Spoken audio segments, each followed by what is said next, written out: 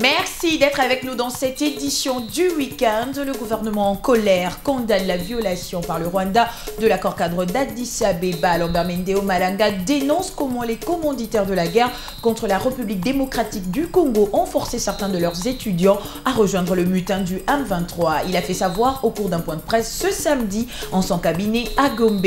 Le comité international de la Croix-Rouge section RDC a désormais un nouveau patron. C'est plutôt Alessandra Ménégon. Elle a été présentée aux médias par son prédécesseur vendredi. Cette dame des fers qui connaît bien la région des Grands Lacs promet de s'inscrire dans la continuité. Enfin, un autre accident des circulations à Kinshasa. Il s'est produit ce samedi matin sur le boulevard du 30 juin devant la BCDC. L'irréparable s'est produit lorsque deux véhicules sont entrés en collision. Dieu merci, aucune victime n'a été signalée au-delà des dégâts matériels et quelques blessés légers. Vous nous avez choisi pour être informés, mesdames, messieurs. Bienvenue à tous. Bonsoir. Le gouvernement condamne avec la dernière énergie la violation flagrante de l'accord cadre d'Addis Abeba par le Rwanda. L'annonce a été faite ce samedi par Lambert Mende Omalanga au cours d'un face-à-face avec la presse. Selon le porte-parole du gouvernement, les commanditaires de la guerre contre la RDC se sont permis de contraindre certains étudiants à rejoindre les mutins du M23 malgré l'existence de l'accord cadre qui engage tous les gouvernements des pays de la région. Nadila Bosso et Pati Alouma. Ces étudiants rwandais sont victimes depuis quelque temps du harcèlement des autorités de leur pays pour avoir refusé de se joindre aux forces négatives congolaises du M23. Les infortunés auraient demandé l'asile en Ouganda, selon Mugisha, un jeune homme âgé de 21 ans. Lui et ses compagnons d'infortune devraient adhérer à un programme de conscientisation politique à Boutaré où le participant avait été forcé de traverser la frontière vers le Congo et de rejoindre le rang du M23. Le gouvernement de la RDC ne cache pas son indignation face à cette attitude du Rwanda malgré l'engagement qu'il a pris lors de la signature de l'accord cadre d'Addis Abeba. Ce fait, mesdames, messieurs, nous révèle qu'il n'y a plus le moindre doute possible pour ceux qui en avaient encore, sur les vraies origines de la guerre que subit la République démocratique du Congo à l'est de son territoire. Il est ainsi, une fois de plus, attesté que c'est bien dans le territoire du Rwanda voisin que se trouve la main qui arme et qui soutient les criminels du M23. En ce qui concerne la troisième tripartite RDC-Rwanda-HCR, le gouvernement de la RDC considère que l'application de cette clause est mécanique et inopérante. Au sujet du dialogue entre Kinshasa et les M23, Kinshasa ne se montre plus favorable à ce schéma de la conférence internationale pour la région de Grands Lacs. Pour la délégation gouvernementale, le moment est venu pour la communauté internationale ainsi que d'autres pays de la région de Grands Lacs de fédérer leurs énergies afin de mettre fin à l'aventure militaire qui a duré dans l'est de la RDC. En s'écartant du schéma de la CIRGEL, le gouvernement s'inscrit désormais dans la logique dictée par l'ONU. Faudrait-il encore qu'il tienne jusqu'au bout pour faire triompher sa cause? Réponse à cette interrogation dans cette analyse de votre rédaction avec Oscar Bakandoa. Le blocage a pris finalement le pas sur l'impasse qui s'est dessinée depuis quelque temps dans le pourparlers engagé depuis décembre 2012 à Kampala entre Kinshasa et le M23. Avec le changement des donnes issu de l'adoption par le Conseil de sécurité des Nations Unies de la résolution créant la brigade d'intervention dans l'est de la RDC, Kinshasa s'est trouvé un bel alibi pour ne plus se laisser embrigader dans la logique de la CIRGEL qui lui a imposé des négociations avec le M23, un mouvement rebelle que les Nations Unies classent dans les rangs des forces négatives. En effet, le gouvernement s'est saisi de cette brèche et apparemment il n'est pas prêt à la lâcher. Si bien que depuis du temps, le gouvernement de la RDC ne trouve plus d'intérêt à poursuivre à Kampala les discussions avec le M23, une position qu'il a pris les soins de communiquer à la facilitation ougandaise. Pour Kinshasa, seule la signature d'un accord dûment acquis au niveau de la facilitation ougandaise pourrait justifier un éventuel retour de ces délégués à Kampala. Ce qui reste encore moins évident au regard de divergences qui continuent encore à opposer les deux délégations. Kinshasa, à l'instar de la communauté internationale, considère désormais le M23 comme une force négative qui ne devait plus mériter ses égards.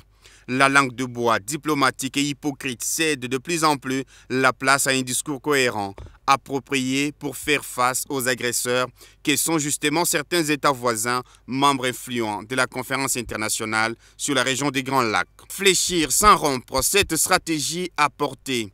À ce jour, une reprise à main de la situation s'est imposée de soi. L'attitude congolaise se comprend aussi dans la mesure où le M23 et ses soutiens ont poussé trop loin jusqu'à tenter d'obtenir en douceur et sur la table des pourparlers le contrôle officiel d'un pan entier du territoire congolais. La ligne rouge ne pouvant plus être franchie, la délégation de Kinshasa a pris son courage entre les mains afin d'exiger l'atterrissage pur et simple des pourparlers. La médiation ougandaise qui en a la charge tenterait de faire perdurer les suspens, mais ce but à la vigilance des Congolais. Il faut aller jusqu'au bout et obtenir la disparition du M23 avec ou sans l'appui des Nations Unies et des voisins agresseurs de la CIRGL. Comme un roseau au milieu des eaux troubles, Kinshasa a l'obligation de résister, résister et toujours résister.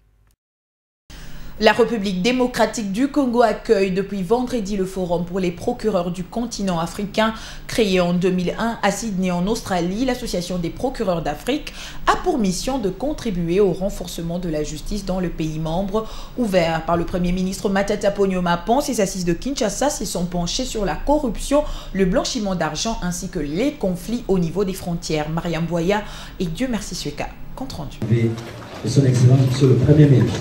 Organisé sous la houlette de la présidence de la République, c'est la toute première fois qu'un pays d'Afrique centrale accueille ces grands forums de l'Association des procureurs africains. À Kinshasa, 6 pays africains y prennent part. L'Afrique du Sud, l'Angola, le Cap-Vert, la Namibie, l'Ouganda et le Rwanda. Vu l'importance de la manifestation, le Premier ministre Matata Ponyo a fait le déplacement. C'est aussi lui qui s'est chargé d'ouvrir ces travaux. Le Premier ministre rappelle aux procureurs africains que son pays est engagé dans une vaste réforme de sa structure judiciaire.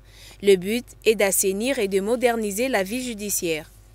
L'amélioration de l'accès à la justice, le développement de la justice pour enfants, la poursuite de la lutte contre la corruption, l'assainissement du climat des affaires, la réforme pénitentiaire, les droits humains.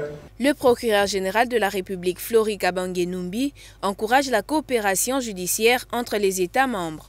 Nous avons noté avec une grande attention l'expérience sud-africaine dans la lutte contre les violences domestiques à travers son système de Vuvuzela. La ministre de la Justice et Droits humains de la République démocratique du Congo affirme que ces assises doivent être une occasion de proposer des solutions pour la lutte contre la cybercriminalité, le blanchiment d'argent et la contrefaçon. Les résolutions de ces forums qui s'éclôturent ce samedi sont du reste très attendues. Un séminaire atelier pour la mise en œuvre du partenariat public-privé dans le domaine des infrastructures à travers le projet de compétitivité du secteur privé. Le COPIREP poursuit une croissance effective dans ce domaine. C'était hier au cercle de Kinshasa à Gombe. Les détails avec Doudou Ndombe, Jean Lumossi. Les participants à ces assises réfléchissent sur les possibilités d'intégrer les privés dans le domaine des infrastructures. Il s'agit de la mise en œuvre du partenariat public-privé dans ce domaine. Les experts et les consultants ont analysé les cadres légaux qui permettra aux privés d'investir dans ces secteurs stratégiques pour le développement du pays. Le COPIREP, qui a joué le rôle d'animateur, se félicite des avis pertinents des experts qui ont validé ce projet moyennant quelques amendements. Toutes les remarques, tous les avis et toutes les considérations qui ont été données ici pour voir comment ça peut enrichir leur rapport final. Dans tous les cas, les conclusions des 2 commissions vont être intégrées dans leur travail et nous pourrions avoir, conformément au contrat que nous avons signé avec eux, leur rapport final bientôt. Sont concernés par ce programme les personnes morales. À travers cet engagement, le gouvernement, par le biais du COPIREP, entend donner au pays les chances de se développer. Fridolin Kaswechi Moussoka était sur l'avenue de Poids-Lourds ce samedi. Le ministre en charge des Travaux publics et reconstruction devait évaluer l'avancement des travaux de la deuxième phase de cette avenue en pleine modernisation par l'entreprise japonaise Kitano Construction Corporation. Faisant d'une pierre deux coups, le numéro 1 des infrastructures a achevé son inspection à la carrière de la société chinoise CGCD à Kasangoulou. Objectif, voir par lui-même l'organisation de leurs travaux. Tout commence par l'avenue des Poids Lourds en pleine réhabilitation. Sa modernisation n'est plus qu'une question des jours. Les travaux exécutés par l'entreprise japonaise Kitano Construction Corporation sont à la deuxième phase, tranche 2. Il s'agit du tronçon qui part de la force navale à la gare centrale. Pour éviter les remontées capillaires, l'on procède à la stabilisation du sol. En même temps, le remblayage s'y effectue pour atteindre les niveaux du pont avant d'attaquer les travaux de battage des pieux forés. De là, Fridolin Kaswechi Moussoka et sa délégation longent l'avenue de la Montagne jusqu'à Kitambo Magasin. Ici sera érigé des parkings et des abribus pour permettre la circulation sécurisée des nouveaux bus acquis par le gouvernement. Benjamin Wengabasoubi, directeur général ad intérim de l'Office de voirie et drainage, donne plus de détails. La population va attendre de prendre les bus sur toutes les destinations. Les bus qui ont été commandés par le gouvernement qu'on va mettre en service le 30 juin. Et de part et d'autre de cet îlot, on a aménagé des arrêts de bus et des axes qui vont servir aux manœuvres de ces bus-là. Là, nous courons derrière le temps, c'est comme ça que vous nous voyez en train de travailler assez rapidement parce que nous devons paver cet espace et aménager les fontaines d'eau pour que le 30 juin, l'espace soit prêt. La dernière étape de la tournée, c'est Kasangoulou. À la carrière de l'entreprise chinoise CGCD, une route a été ouverte pour permettre d'atteindre ces lieux sans trop de difficultés. Fridolin Kaswechi Moussoka et sa délégation font le tour de cette propriété. Les concasseurs produisent 120 000 mètres cubes par heure. La visite s'achève à la base vie de CGCD, bâtie sur le flanc d'une colline. Un espace bien aménagé. Cette entreprise chinoise prévoit de développer des projets immobiliers à Kasangoulou, comme c'est déjà le cas à Kinshasa. Pas de développement sans l'électricité. Ce thème a été au centre d'une conférence débat organisée par l'ISPT Gombe pour les étudiants et invités venus pour la circonstance. Les intervenants de la société civile indiquent qu'il est temps de sensibiliser la jeunesse à une bonne gestion de l'électricité qui est souvent à la base des nombreux accidents mortels dans nos villes. Thierry Kassongo. Cette conférence, qui s'inscrit dans le cadre d'échanges d'expériences entre experts et étudiants, était un moment favorable pour les intervenants de rappeler à la jeunesse étudiantine que l'électricité est l'un des cerveaux moteurs au centre du développement du monde, d'où l'importance de former l'élite congolais impliquée dans ces secteurs qui ne fait qu'accroître le nombre de morts. Avec tout ce qu'il y a comme perturbation de l'énergie électrique, ça se coupe, ça revient, ça se coupe, ça revient, quel résultat? Combien de choses on n'a pas perdu? Combien de vies humaines on n'a pas perdu? Vous avez vu que nous avons planché vers la norme donc pour normaliser tout ça. C'est que la norme ne prévoit pas toutes ces perturbations-là. La norme ne prévoit pas toutes ces coupures-là. Et la norme prévoit effectivement un usage efficient, une protection de la population.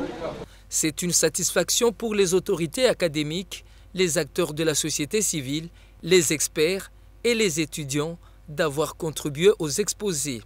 La prochaine conférence est prévue à la fin du mois de juillet prochain.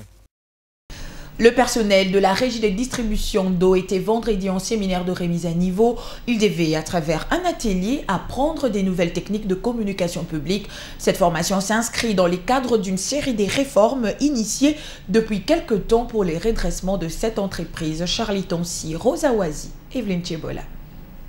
Ils sont venus de toutes les directions de cette entreprise qui, depuis quelque temps, vit au rythme du redressement voulu par le gouvernement. À la clé, une formation sur les techniques de communication publique.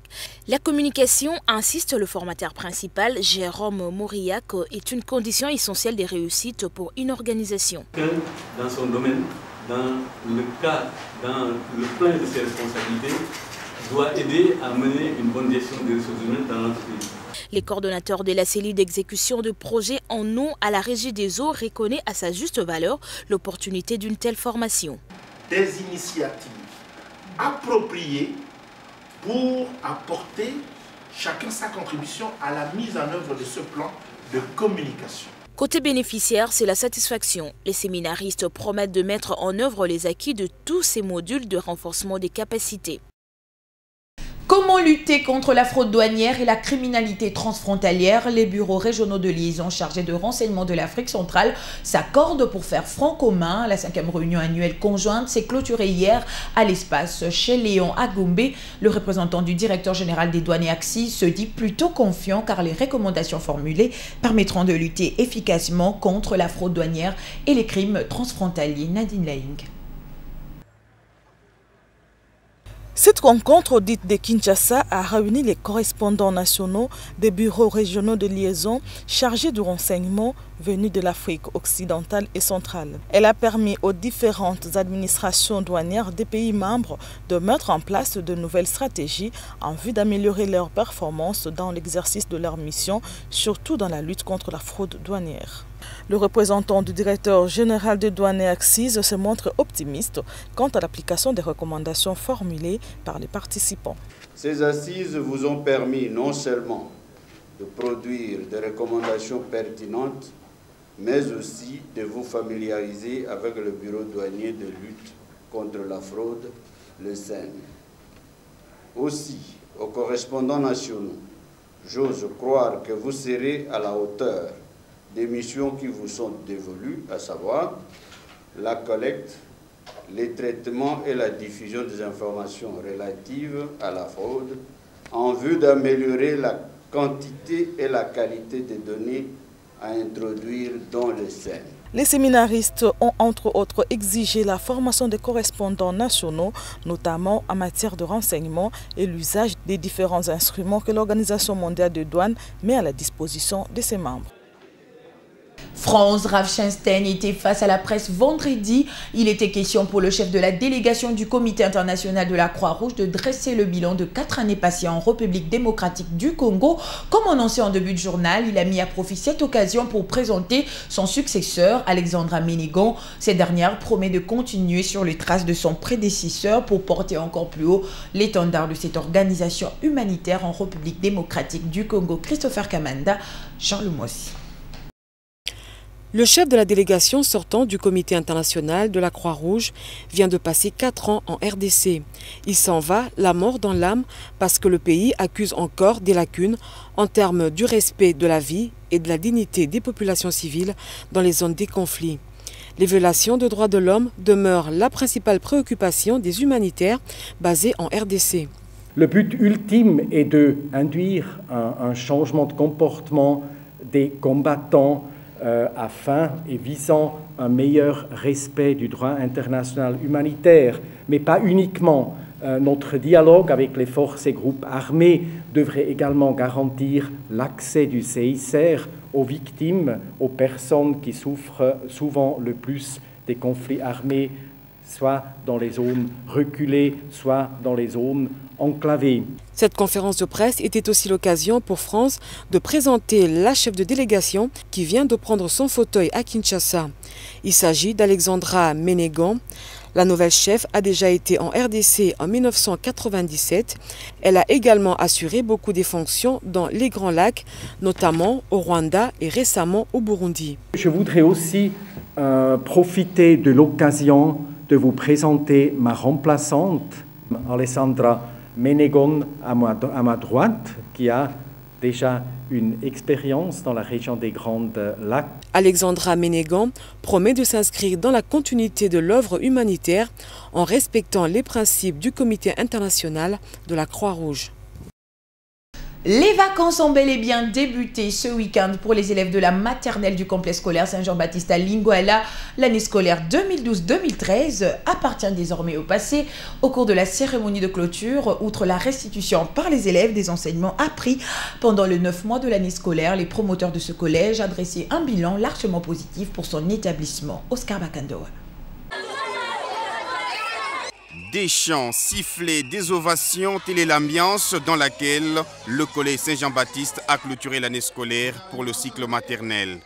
C'est un passage du cycle maternel au cycle primaire. et la cérémonie a tout son sens. Voilà qui justifie la présence des parents, élèves et enseignants dans ces installations du collège Saint-Jean-Baptiste, situé sur l'avenue Kabalo dans la commune de Lingwala. Des déclamations des poèmes, récitations des textes littéraires, exécutions de chants sont au rendez-vous avant la proclamation des résultats.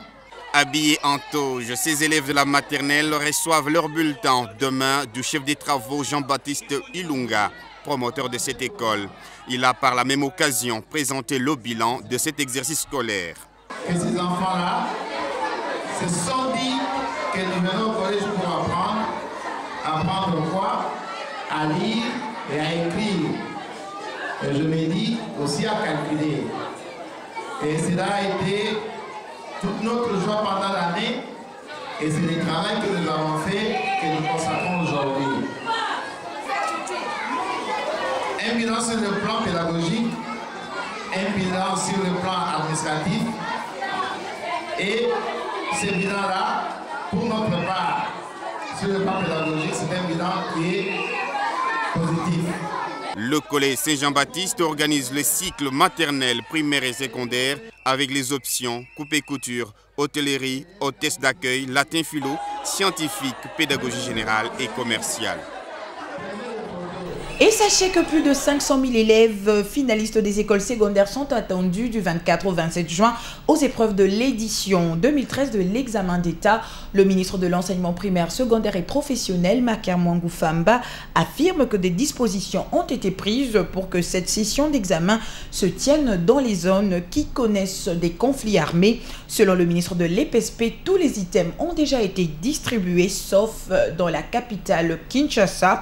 Maker Mwangou Famba assure avoir demandé au gouverneur de province en proie à l'insécurité de s'impliquer pour que ces épreuves se passent en toute quiétude. En outre, le ministre indique que l'EPSP a délocalisé les centres de passation d'examen des zones identifiées comme très chaudes.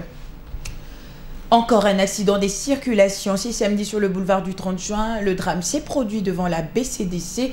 Deux véhicules de marque Toyota Corolla et Lancer sont entrés en collision. Les témoins de l'événement rencontrés sur les lieux estiment que c'est à l'un des deux conducteurs qu'est la faute. Bien plus, c'est les non-respects de feux de signalisation qui seraient à la base de cet accident qui, heureusement, n'a fait aucune victime. Mariam Boyer, Cédric Kitimbo. Aucune perte en vies humaines, mais quelques personnes grièvement blessées. C'est le bilan de cet accident de circulation qui a failli encore coûter la vie aux personnes à bord des deux véhicules accidentés. Les témoins trouvés sur place estiment que les conducteurs, dans la plupart des cas, ne respectent pas les feux de signalisation, pas même les éléments de la police de circulation routière postés à quelques mètres du lieu de l'accident. C'est le conducteur de la voiture rouge qui est fautif. Ce n'était pas son tour de traverser. J'étais juste à côté quand le drame s'est produit. Le non-respect des feux de signalisation est la raison de cet accident. Pourtant, une campagne de civisme routier est initiée depuis quelque temps par le gouvernement congolais à travers la CNPR. Tant que le conducteur ne sera pas amené à respecter le code de la route, tous les efforts pour réduire ce genre de situation ne solderont pas les échecs. Et c'est la fin de cette édition. Merci à vous tous de nous avoir accordé votre aimable attention. L'actualité continue sur www.lepotentielonline.com. Bonne soirée sur les ondes de la télé républicaine. Bon week-end. À demain.